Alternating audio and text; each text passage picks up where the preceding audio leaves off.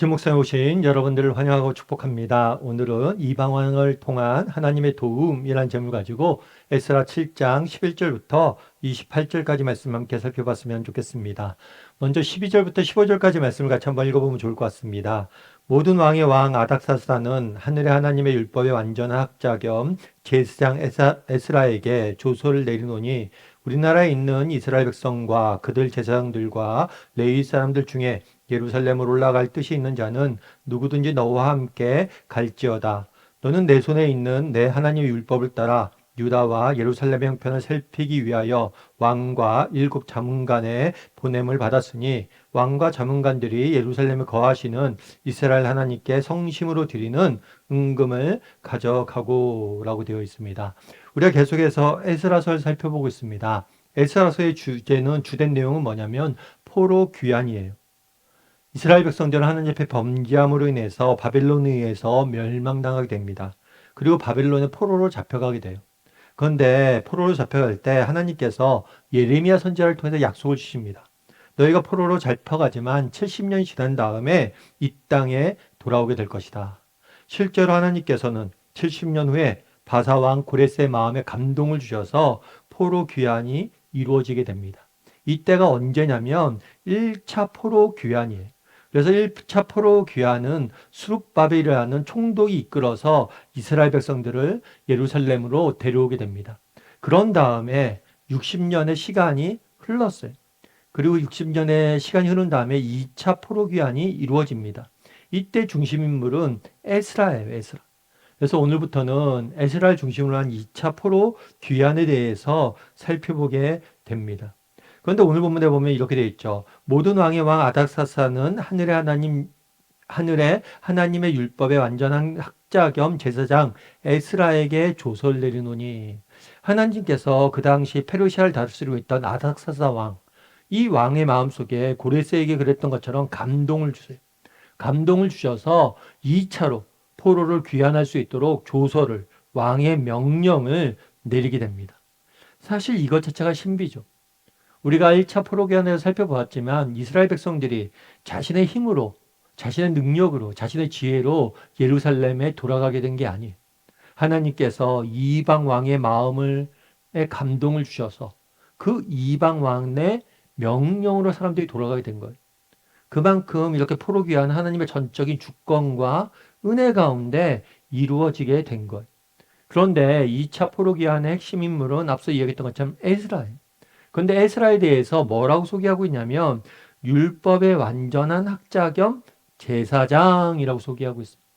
이 표현을 통해서 그럼 우리가 알 수 있는 게 뭐예요?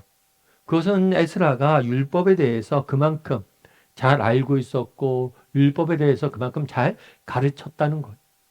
그런데 이것이 단순히 뭐 믿는 사람들이 보기에 그런 게 아니라 이방 왕이잖아요. 지금 아닥사스다가 조서를 내려요.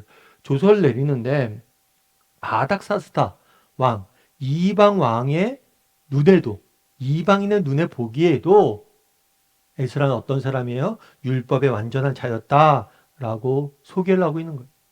그래서 조서를 내립니다. 조서를 내렸는데 이 조서는 왕의 명령이죠. 명령에 어떤 명령이냐면 우리나라에 있는 이스라엘 백성과 그들의 제사장들과 레위 사람 중에서 예루살렘을 올라갈 뜻이 있는 자는 누구든지라고 되어 있습니다. 뜻이 있는 자는 누구든지. 1차 포로기한도 마찬가지고 2차 포로기한도 마찬가지인데 왕이 명령을 했어요. 하지만 이것은 강제가 아니에요. 너희가 정말 자발적으로 돌아가고 싶은 사람이 있다면 돌아가라 라고 말하는 거예요. 사실 이렇게 자발적으로 고향에 돌아간다는 게 쉬운 일만은 아닐 거예요. 왜냐하면 고향에서 떠난 지, 예루살렘을 떠난 지 1, 2년 된 게 아니잖아요. 한 5년, 10년 된 게 아니잖아요. 이미 70년, 길게는 100년 이상 됐어요. 여러분 생각해 보세요. 여러분들이 미국에 와서 이민을 갔습니다. 그래서 처음엔 미국에 뭐 1년, 2년 있을까? 이런 생각을 하고 갔어요. 그런데 언제 10년, 20년, 30년, 그리고 100년이 지났다고 생각해 보세요. 어쩌면 그곳이 내 고향이지 다시 고국에 돌아가긴 쉽지 않을 거예요. 왜 그래요? 내가 지금 살고 있는 안정적인 삶의 기반들 다 놓고 가야 되죠.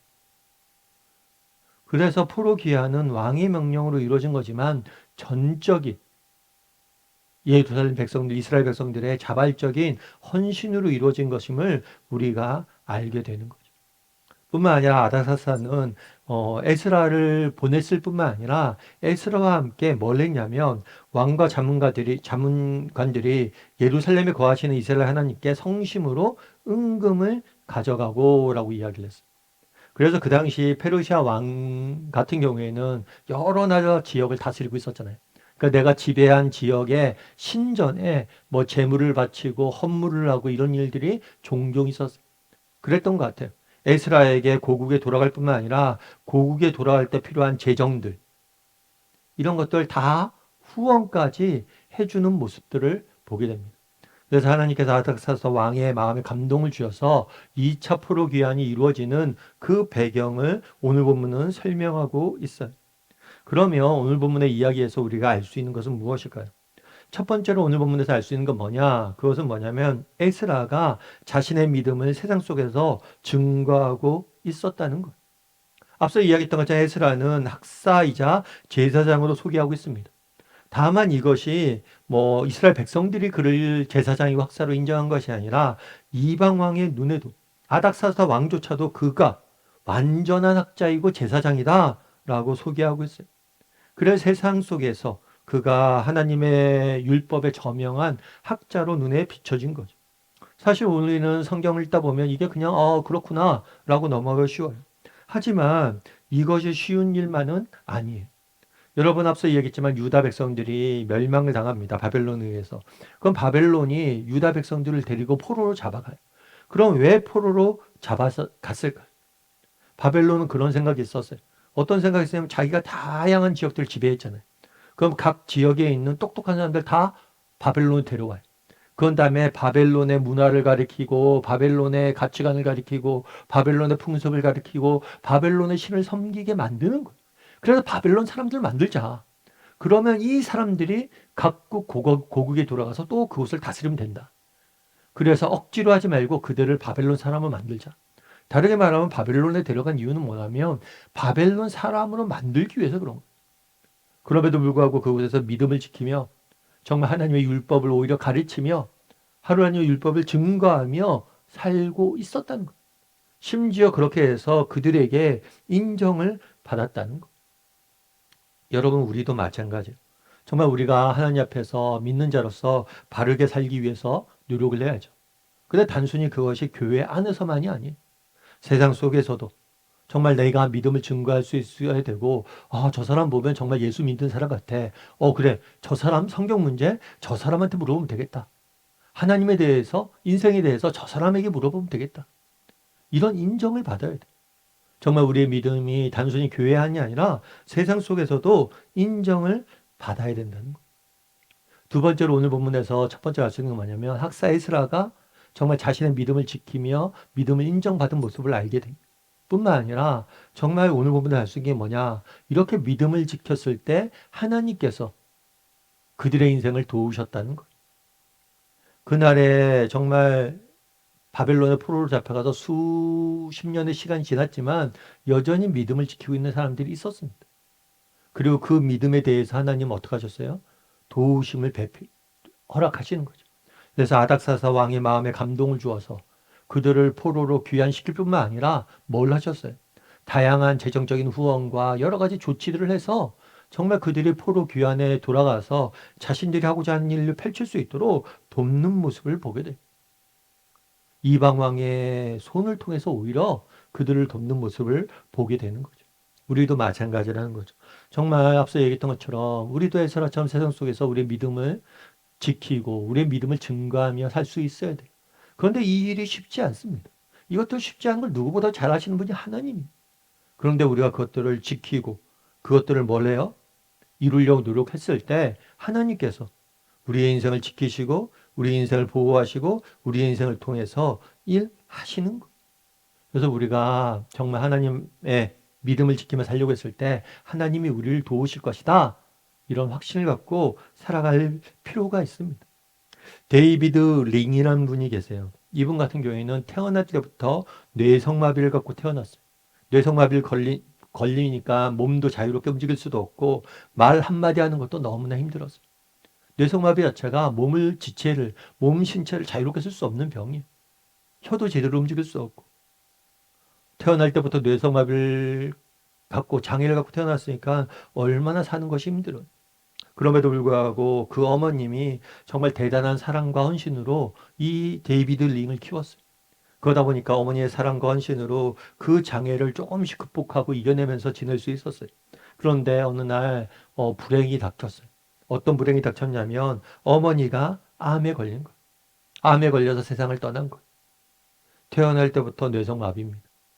근데 정말 사랑하는 어머님의 헌신으로 그것들을 장애들을 이겨내려고 노력하고 있었어요. 그런데 어머님마저 세상을 떠나고 완전히 고아가 돼서 홀로 버려진 거예요. 어린 나이에 얼마나 낙심이 됐겠습니까? 그래서 늘 나는 왜 태어났을까? 나는 왜 다른 사람처럼 정상적으로 태어나지 않고 이런 모양 이 모습으로 태어났을까? 라는 질문을 던지고 그런 자기 비애에 빠진 거죠. 그러다 결국에는 수차례 자살을 시도하기도 했어요. 그러던 중 하나님을 만나게 됐어요. 그래서 하나님께서 자신을 사랑한다는 사실과 비록 그가 이렇게 장애가 있지만 그것조차도 하나님께서 사용하실 것이다. 이런 믿음을 주셨어요. 그래서 나중에 그가 열심히 그런 장애를 극복하고 나중에는 복음을 전하는 설교자가 되었습니다. 그런데 그가 늘 강단에 서서 하는 이야기가 있어요. 그건 뭐냐면 저는 뇌성마비를 가지고 있습니다. 그럼 당신의 문제는 무엇입니까? 저는 뇌성마비를 가지고 있습니다. 그렇다면 당신의 문제는 무엇입니까? 이렇게 늘 질문하면서 시작을 했대요. 여러분, 문제가 없는 사람은 없어요. 우리가 믿음을 지키려고 그러고 세상 속에서 믿음을 갖고 살려고 해도 어려움이 없지는 않아요. 그럼에도 불구하고 우리가 정직히 믿음을 지키고 믿음의 길을 걸어가고자 했을 때 하나님께서 우리를 도우시는 거예요. 그날의 에스라 그랬어. 정말 이방 땅에 가서 믿음을 지키며 사는 게 쉽습니까? 쉽지 않아요. 그럼에도 불구하고 그 믿음을 지키려고 노력했을 때 뭘 했던 거예요? 하나님이 도우시고 하나님이 일하셨어요. 우리도 마찬가지. 우리 인생에 문제가 있을 수 있습니다. 세상을 사는 게 쉽지 않습니다. 하지만 우리가 믿음을 지키려고 노력했을 때 하나님께서 우리 인생을 인도하실 거예요. 그런 믿음을 가지고 세상 속에서 믿음을 지키며 살아가는 저나 여러분이 되기를 주님의 이름으로 소원합니다. 우리 함께 기도했으면 좋겠습니다. 기도하실 때 오늘 말씀 기억하면서 기도했으면 좋겠습니다. 정말 오늘 에스라를 통해서 정말 에스라가 이방 땅에 포로로 잡혀가 있었지만 그곳에서도 하나님의 율법을 지키며 율법을 가리키며 율법의 사람으로서 인정받고 있는 모습들을 보게 됩니다. 우리도 세상 속에서 정말 믿는 사람으로서 인정받게 해달라고, 정말 믿는 사람으로서 살아가기 위해서 노력할 줄 아는 사람이 되게 해달라고 이 시간 기도했으면 좋겠습니다. 그리고 또한 그렇게 정말 믿음을 지키고자 노력했을 때 하나님께서 그의 길을 인도하시고 보호하시는 모습들을 보게 됩니다. 우리도 마찬가지. 정말 때로는 우리가 포로로 잡혀갈 수도 있고 인생의 어려움들도 있을 수 있습니다. 그럼에도 불구하고 하나님이 우리를 도우실 것이다. 우리가 정직히 믿음을 위해 길을 걸어가며 하나님 우리를 도우실 거예요. 그런 믿음을 가지고 믿음의 길을 걸어갈 줄 아는 사람이 되게 해달라고 이 시간 목소리를 같이 기도하도록 하겠습니다. 같이 기도하시겠습니다.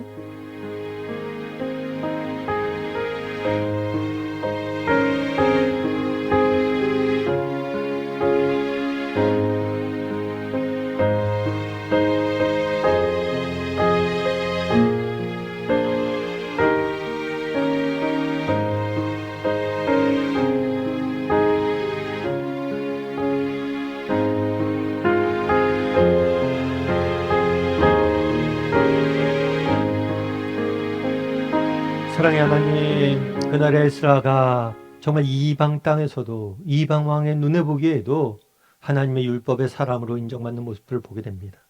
우리도 이런 사람이 될 수 있도록 우리를 붙잡아 주시옵소서.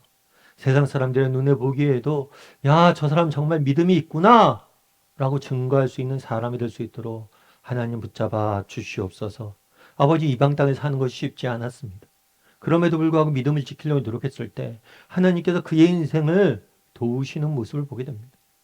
우리가 어떤 형편, 어떤 상황, 어떤 문제를 안고 있든 간에 우리 하나님이 도우심을 믿습니다. 그런 믿음으로 믿음의 경주를 끝까지 달려가는 우리 모두가 될 수 있도록 주여 은혜를 더하여 주시옵소서. 하나님께서 오늘도 우리 함께 할 줄 믿사오며 모든 말씀 예수님의 이름으로 기도드립니다. 아멘.